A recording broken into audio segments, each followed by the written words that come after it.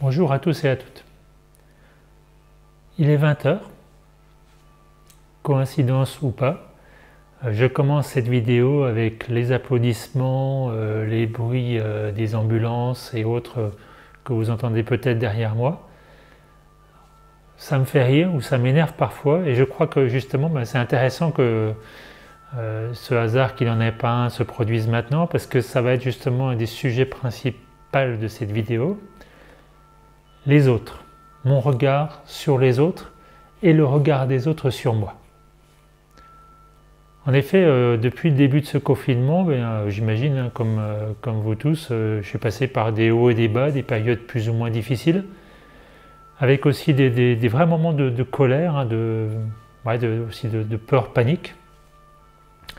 Et donc, bien sûr, j'ai travaillé sur moi et puis j'ai pas mal lu, j'ai pas mal regardé de vidéos. Je vais vous mettre bien sûr aussi quelques liens dans le descriptif de cette vidéo. Bien sûr, la dernière vidéo de Guy qui traite de la communication non violente, qui pour moi est vraiment un bijou pour travailler sur mon comportement par rapport aux autres. Et puis la dernière vidéo de David Icke qui dure plus de 2 heures, je crois d'ailleurs qu'elle est plus disponible sur YouTube mais uniquement sur des sites alternatifs et sur le site de London Real TV. Alors c'est une vidéo en anglais, je ne sais pas s'il y a des traductions françaises qui existent. On y retrouve en tout cas tout ce qu'on sait déjà, avec des explications très détaillées sur cette mascarade, ses origines, où est-ce qu'on va, etc. Donc bien sûr on retrouve la 5G, le vaccin et toutes ces choses qu'on connaît. Alors, cette vidéo était un petit peu dure encore à regarder, même si je savais déjà tout ça. Et à la fin, le journaliste lui a demandé s'il avait des solutions. Et là, il y a 2 points, bien sûr, dont il a déjà parlé mais, dans le passé, mais qui ont vraiment retenu mon attention. Je pense que c'est par rapport à mon état justement actuel. Le premier point, c'est justement de bien se rappeler que toute cette élite qui essaye de nous manipuler, enfin qui nous manipule d'ailleurs, eh bien cette élite, ils ont très peur. Car aussi intelligents soient-ils, ils vivent dans un monde extrêmement limité, un monde basé sur la peur de mourir, de perdre le pouvoir, etc. Donc il a vraiment bien insisté là-dessus. Et le second point qui est fondamental et qui va être lié plus à cette vidéo, c'est justement mon regard sur les autres. D'ailleurs, il dit une phrase que j'avais déjà entendue avant et que vraiment est toujours très marquante, c'est aujourd'hui un nombre ridicule de personnes nous contrôlent parce qu'au lieu de célébrer nos différences, eh bien, on passe notre temps, bien sûr, à juger les autres. Alors, ça m'amène vraiment ce qui est vivant, en tout cas pour moi, pendant ce confinement, mon regard sur les autres et le regard des autres sur moi. J'ai eu des journées où je ne savais pas trop si j'allais rire ou pleurer à regarder le comportement des moutons blancs qui disent Amen avec leur masque et toute leur peur. Après à regarder les moutons noirs, par exemple aujourd'hui sur internet il y a beaucoup de personnes qui voudraient revenir un petit peu à comme c'était avant, époque générale de Gaulle, le peuple souverain, etc. Des personnes qui un niveau de conscience très intéressant puisqu'ils voient bien sûr les choses, ils voient le système satanique dans lequel l'élite d'aujourd'hui fait partie, bien oui, ils voudraient revenir à un gouvernement qui soit évidemment, qui représente, entre guillemets, le peuple. Alors c'est en même temps, ça donne de l'espoir, et puis en même temps, c'est un peu triste de voir qu'on veut revenir à ce système qui finalement n'a jamais fonctionné, le fameux peuple souverain, alors que le peuple, ça n'existe pas, hein, l'être humain existe, l'esprit existe, mais le peuple, c'est quoi? C'est notre vision, notre vision mentale côté animal où on a besoin de se regrouper, etc. Donc c'est aussi assez perturbant de voir que tiens, il y a plein de gens, parce que ça représente tout ça, des centaines de milliers, voire des millions de personnes peut-être dans le monde, il y a plein de gens qui sont entre, on va dire, le mouton noir et puis ce qu'on appelle dans Personnocratia la jument souveraine, c'est-à-dire qui commencent effectivement à travailler sur eux, à reprendre leur pouvoir, mais ça rebascule quand même dans le besoin de faire partie de quelque chose, de manifester, d'être regroupé, etc. Alors encore une fois, je comprends tout ça parce que moi-même, j'ai ce besoin qui revient par moment. Ah, ça me ferait tellement plaisir que tous ces gens aillent, je ne sais pas, renverser le gouvernement, et puis qu'on puisse revenir à un système plus juste, à un système où je peux retrouver aussi mon petit confort, mes petites habitudes de vie. Et je crois que c'est un point très important dans ce cadeau du confinement et de ce qu'est en train de faire le nouvel ordre mondial, c'est que tout ça c'est terminé. La vie d'avant elle est terminée, je ne vais pas y revenir. Et puis surtout, ben, c'est la vie que j'ai créée, c'est ce que j'ai choisi. J'ai choisi de m'incarner pour vivre cette expérience de transformation. Alors à quoi bon aujourd'hui, alors qu'on est entre guillemets dans la bonne voie, même si c'est déplaisant, ben, on va revenir en arrière et puis repasser quelques années comme ça comme dit Guy, l'enfer climatisé. Je ne vois pas trop l'intérêt. Au contraire, j'ai envie de dire presque à tous ces élites, à tout système, allez-y, poussez encore plus fort, continuez à me mettre des gros coups de pied au cul, parce que là je sens que ça commence à agir, ça commence à faire son travail. Et ça m'amène à ce poster que j'ai à côté de moi, je vous ai peut-être déjà présenté dans d'autres vidéos, qui me paraît essentiel à l'époque à laquelle on vit, qui est donc ce qu'on appelle l'ultime équation, dire de bien se rappeler comment les choses fonctionnent dans la matière. La matière, ce monde d'illusion, c'est la manifestation de mon état de conscience à l'intérieur. Donc pourquoi monde d'illusion? Justement parce que ce n'est pas permanent, c'est quelque chose qui change tout le temps en fonction de comment je me sens à l'intérieur de moi. Donc ça, c'est quelque chose, on y croit ou on n'y croit pas. J'ai la foi d'être un être créateur ou je ne l'ai pas. Et si je suis un être créateur, bien sûr, je manifeste ma réalité à tout moment puisque je suis créateur. Donc en tant qu'être créateur et être souverain, bien sûr, c'est fondamental que je me rappelle comment les choses fonctionnent. C'est seulement mon niveau de conscience qui détermine l'espace-temps. L'espace-temps, c'est un peu ce dont on parle aujourd'hui en physique quantique ou ce que les personnes spirituelles appellent l'être en 5D, on va dire. C'est-à-dire c'est déjà quelque chose qui est plus que dans la matière, mais on est encore dans ce monde de l'illusion. Et puis l'espace-temps détermine la matière, justement, c'est-à-dire comment tout ça va se mettre en forme dans notre vie de tous les jours. Alors je peux travailler dans la matière, donc changer les choses, changer le gouvernement, me regrouper, etc. À quoi ça sert? Pendant que je fais ça, je ne suis pas en train de m'occuper de ma conscience. Et puis aussi je peux aller dans la spiritualité, faire des méditations pour la paix, etc. C'est pareil, c'est super, tout est une expérience. Mais si mon objectif c'est de me transformer, je suis encore en train de m'égarer un petit peu. C'est pas grave, je le fais régulièrement, mais j'y reviens. L'important justement c'est ça la conscience, c'est de réaliser à quel niveau je fais les choses. Il n'y a pas de jugement, encore une fois, c'est peut-être quelque chose que j'ai encore besoin d'expérimenter pour comprendre quelque chose. Alors, tout cela me ramène au cœur de cette vidéo, c'est-à-dire ma relation à l'autre, mon regard sur l'autre et le regard des autres sur moi. Et pour ça, on vit effectivement une période extraordinaire.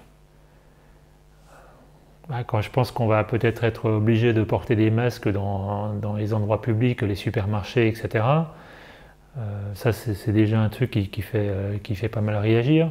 Les tests de dépistage, il y a une personne il n'y a pas longtemps, il m'a dit « ouais, moi si je ne porte pas un masque, j'ai l'impression que les autres vont me dire que je suis un criminel ». Vous voyez ce genre de choses, donc on se sent jugé par l'autre si on ne rentre pas dans sa croyance, qui est la croyance, on va dire, de la petite majorité, ou au contraire, si c'est nous qui prenons le dessus, on va essayer d'imposer notre vérité. Et puis comme je l'ai vu aussi dans pas mal de forums et dans pas mal de commentaires de vidéos, mais mais toi t'es con, t'as rien compris, mais comment est-ce qu'on peut être aussi idiot, comment est-ce qu'on peut se faire berner à ce point-là, etc. Donc vous voyez, on revient toujours dans ce mode qu'on connaît très bien, qui est ce mode animal, c'est-à-dire de domination. Soit je suis celui qui attaque, soit je suis celui qui est attaqué et qui se défend. Donc je suis toujours dans un de ces deux modes. Donc au-delà de tout ce qu'on connaît que c'est épuisant, etc., c'est surtout qu'aujourd'hui c'est fini, c'est plus possible. C'est ce qui fait qu'on en est encore là. On ne va jamais se transformer si on continue ce petit jeu. Ce petit jeu, c'est bien sûr le jeu du triangle, le triangle de l'enfer. Victime, bourreau, sauveur. Donc on est constamment encore dans ce système-là. Et aujourd'hui, plus que jamais, avec ce coronavirus, ce médiavirus qui est là pour nous diviser, plus que jamais, notre système de jugement reprend le dessus. Alors pourquoi c'est si dur de revenir à moi plutôt que d'être constamment en train de juger les autres? Évidemment, ce que je vais dire, c'est presque une lapalissade pour nous, je pense, pour ceux qui suivent cette chaîne régulièrement. Évidemment, parce que quand je reviens à moi, je reviens à mes peurs. Je suis obligé de regarder mes peurs. C'est quoi le problème de regarder mes peurs? Vous savez, pendant le discours de Manu lundi dernier, le lundi de Pâques, pendant tout son beau discours, très émouvant, un très très bel acteur, eh bien, il y a eu une petite phrase au milieu qu'il n'a pas oubliée. Il a dit « Tout cela nous rappelle que nous sommes vulnérables ». Pour moi, c'était vraiment le point clé de son allocution. Nous sommes vulnérables et il ne faut pas l'oublier. Il ne faut pas oublier qu'effectivement, le mouton, il a besoin de sécurité, il a besoin de se protéger. Et donc, pour revenir à mes peurs, comme je suis vulnérable, donc impuissant par définition, comment est-ce que je vais pouvoir affronter et régler les peurs que j'ai à l'intérieur de moi, qui en ce moment sont quand même très fortes? Peur d'être vacciné, peur d'être torturé, peur d'être critiqué, peur d'être emprisonné, et bien sûr, peur de mourir. Donc c'est des peurs qui sont tellement énormes, alors il faut mieux peut-être trouver un moyen, tous se remettre ensemble, et puis renverser le gouvernement, et puis revenir à un système où il n'y aura pas de vaccin, etc. Donc oui, cette logique, même si on la connaît, elle est vraiment imparable. Je pense qu'on a encore une partie de nous, en tout cas pour moi, je ne peux bien sûr parler que pour moi, je sais que cette partie est encore là un petit peu, cette partie qui manque de confiance encore. Alors tous les jours je travaille dessus, je sens que je me renforce, et puis je sens que oui, la grâce elle est là de plus en plus souvent, et puis souvent je me dis mais pourquoi je m'inquiète encore alors que regarde ce qui s'est passé encore aujourd'hui, ça s'est encore très très bien passé. Alors pourquoi tu continues à t'inquiéter? Bien sûr, parce que mon mental, lui, continue à s'inquiéter. Déjà, il n'a que ça à faire. Et puis, il a appris toute sa vie à fonctionner comme ça. Et ça vient justement de cette fameuse croyance que je suis un être vulnérable, le fameux mouton, le pauvre mouton. Alors, pour sortir justement de ce triangle infernal, on a un super cadeau aujourd'hui puisque tous les jours, je suis confronté à mes peurs, je ne peux plus y échapper, elles sont là, elles poussent, et je suis confronté effectivement à comment je vis ma relation avec les autres. Et c'est là que je peux me rappeler aussi qu'est-ce que c'est la conscience, et puis décider de vivre les choses autrement. Puisque tout ce que je vis dans la matière, c'est la manifestation de mon état de conscience, si je continue de juger les autres, si je continue d'avoir peur des autres ou d'avoir envie de leur faire peur, c'est bien qu'il y a encore quelque chose en moi qui réagit.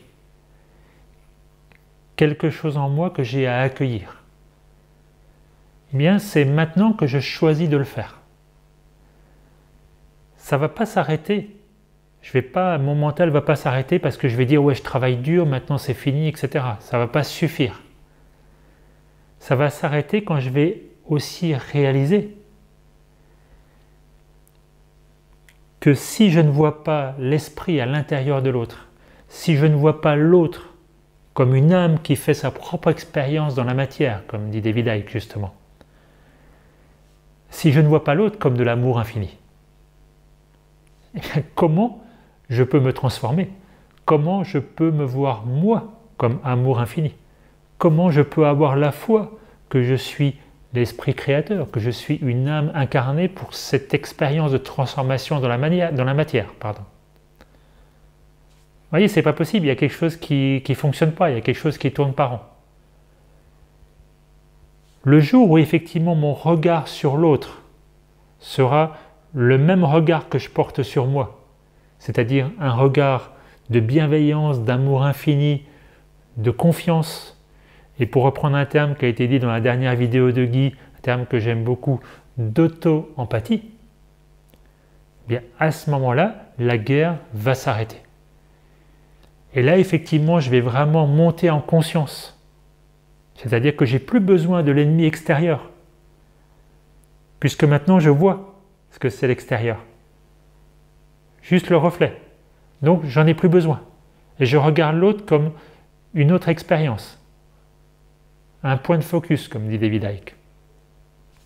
Et bien donc c'est fini. Et donc, puisque je n'ai plus besoin de manifester cette réalité, puisqu'elle n'existe plus, eh bien je vais manifester une nouvelle réalité. Celle de mon nouvel état de conscience. Alors je ne sais pas encore ce que ce sera, mais je sais que ce sera la fin de l'ennemi extérieur. Et donc, un pas important qui est fait vers la paix, la joie et l'amour à l'intérieur de moi. Alors, comment je fais ça concrètement dans ma vie de tous les jours? Comment je change mon regard par rapport à l'autre? Et déjà, comme je l'ai dit tout à l'heure, je cultive ma foi. Je me rappelle de qui je suis. Et plus j'ai confiance, plus j'ai la foi en qui je suis réellement, déjà plus naturellement, c'est du bon sens. Pensez que si moi, je suis amour infini et je suis esprit créateur, expérimentant la matière, étant ici pour me transformer, eh bien c'est que l'autre, il est également l'esprit créateur dans la matière.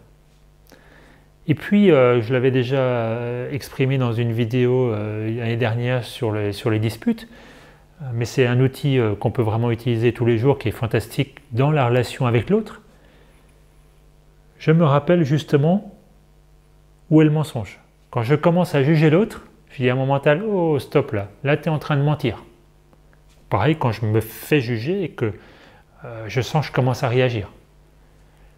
Je prends le temps, je prends un peu de recul et je me rappelle ce qui est en train de se passer. Je réagis donc, je suis en guerre, c'est mathématique. Il y a un conflit à l'intérieur de moi, sinon je ne réagirais pas. Sinon, je ne vivrais même pas cette situation. Donc, quand une situation se produit, que ce soit avec un gendarme, avec une personne dans un supermarché, ou peu importe, eh bien, je me rappelle que oui, attention, je suis en guerre, c'est pour ça que ça réagit. Et automatiquement, pourquoi je suis en guerre? Évidemment, parce que j'ai peur. Il n'y a que la peur qui peut provoquer la guerre. Quand je suis en harmonie, uni à l'intérieur de moi sous gouvernance de mon âme, évidemment les choses sont dans l'ordre et les choses se passent naturellement. Donc si ça réagit, je suis en guerre. Pourquoi je suis en guerre? Eh bien justement parce que je ne suis pas sous la gouvernance de l'âme, j'ai oublié qui je suis, ça y est, je suis reparti dans l'ego. Ok, pas grave. Je refais l'union. Je me rappelle que cette guerre, c'est le cadeau à l'intérieur de moi pour voir ce qui se passe. Donc je prends le temps d'accueillir ma peur. Je peux aussi décider de la mettre un petit peu dans un coin puis lui dire je te reparlerai un petit peu plus tard et puis quand je rentre à la maison, je vais regarder ce qu'il y a derrière. Je ne vais pas la cacher, mais je ne vais pas lui donner le contrôle de ma vie. Et donc je décide de faire l'union à l'intérieur de moi. Et donc ça veut dire quoi? Je redonne le pouvoir à mon âme. Je remets les choses dans l'ordre, je suis l'esprit dans la matière, une âme dans un corps, et donc évidemment celui qui crée, c'est l'esprit, c'est l'âme. Et donc, je vais redonner le contrôle, le pouvoir, m'abandonner à mon âme. Et vous savez ce que ça veut dire, hein? Ça veut dire sans attendre de résultat. Ça veut dire que je ne sais pas ce qui va se passer demain. Mais je sais que ce que je vais créer, c'est ce que j'ai choisi pour mon évolution. Évidemment, naturellement, les choses vont se remettre dans l'ordre à l'intérieur et puis la paix va revenir. Oui, cette période de confinement est difficile, très déplaisante. Et on le sait, ce n'est que le début. Ils nous ont prévu un grand programme pour l'année 2020. On commence par les tests, les masques, ensuite bien sûr les médicaments, les vaccins, l'identité numérique, la fameuse puce, le fameux ID 2020 de Bill Gates et compagnie. Donc, je ne me fais pas d'illusions, ils vont aller jusqu'au bout de leur plan, plan qu'ils ont, à mon sens, accéléré. Et ça aussi, c'est plutôt une bonne nouvelle. Ils l'ont accéléré parce que la conscience grandit. Parce que oui, on s'est réveillé, parce qu'on est en train de se transformer. Alors évidemment, ici, ça fait peur. Il n'y a plus beaucoup de peur, mais je les sens. C'est des peurs vraiment très profondes, bien sûr, qui sont directement liées à la peur de la mort. Et justement, le risque, c'est de repartir dans l'autre sens et de dire ok, ça fait trop peur, je vais revenir en arrière, ou je vais aller me rebeller, ou je vais révolutionner tout ça, ou je veux changer le gouvernement, ou c'est pas possible, c'est un cauchemar, il faut que je fasse quelque chose. Oui, quelque chose. Le quelque chose, c'est je tiens bon, je dure, je persévère, et je continue à me transformer. Et puis quand me vient l'idée d'aller me battre avec les moutons, d'aller pousser ma vérité aux moutons blancs, je me rappelle de ce que je suis en train de faire. Je suis juste en train de ne pas regarder ma peur et puis d'essayer de prendre de l'énergie à l'autre. Vous savez, un mouton blanc qui a vécu toute sa vie en pensant que le système il est bon pour lui, il ne va pas se mettre du jour au lendemain à penser exactement l'opposé. Ça effondrerait tout son mode de vie et je pense que ça pourrait être vraiment, effectivement, même très dangereux pour lui. Donc c'est pas à nous de faire ça, en tout cas c'est pas à moi de faire ça, c'est pas comme ça que je le sens. Si j'ai choisi d'être sur ce chemin, c'est pour me transformer. Je sais que quand je change ma conscience, je vais manifester une autre réalité. Et je sais aussi que quand je manifeste une autre réalité, il y a plein de choses qui changent autour de moi. Sans imposer, sans attendre de résultats. Alors oui, utilisons ce confinement. Je crois qu'il reste aujourd'hui 3 semaines, 1 mois, peut-être, pour nous préparer, pour me préparer à la suite. Car je n'ai aucun doute, ils vont frapper fort, très fort. Mais ce n'est pas grave. Je continue à me renforcer, à renforcer ma foi et à manifester ma nouvelle réalité. Et puis, je suis amour infini. Donc ça veut dire quoi? Ça veut dire qu'eux aussi ils le sont. Ça veut dire que tout ça c'est une création divine. Ça veut dire que tout ce monde de folie, oui, je l'ai créé pour me transformer, pour dire ça suffit, pour être sûr que je ne vais pas revenir en arrière, retourner dans mon petit confort et mes petites habitudes. Alors comme je le dis souvent, merci à tous ceux qui m'aident à me développer. Et puis, je réfléchis à des choses que je pourrais proposer dans les semaines à venir, des ateliers à distance, des vidéos partagées comme j'ai déjà commencé à en faire sous forme de visioconférence, live ou je ne sais pas. En tout cas, je pense que c'est important de rester dans l'interaction. Ce n'est pas l'idée effectivement d'unir nos forces, qui est vraiment plus de l'ego, mais c'est l'idée de continuer à partager et de dire sa vérité par amour pour moi, et non pas pour changer les autres. Je vous remercie, je vous dis bon courage dans cette période déplaisante et à bientôt.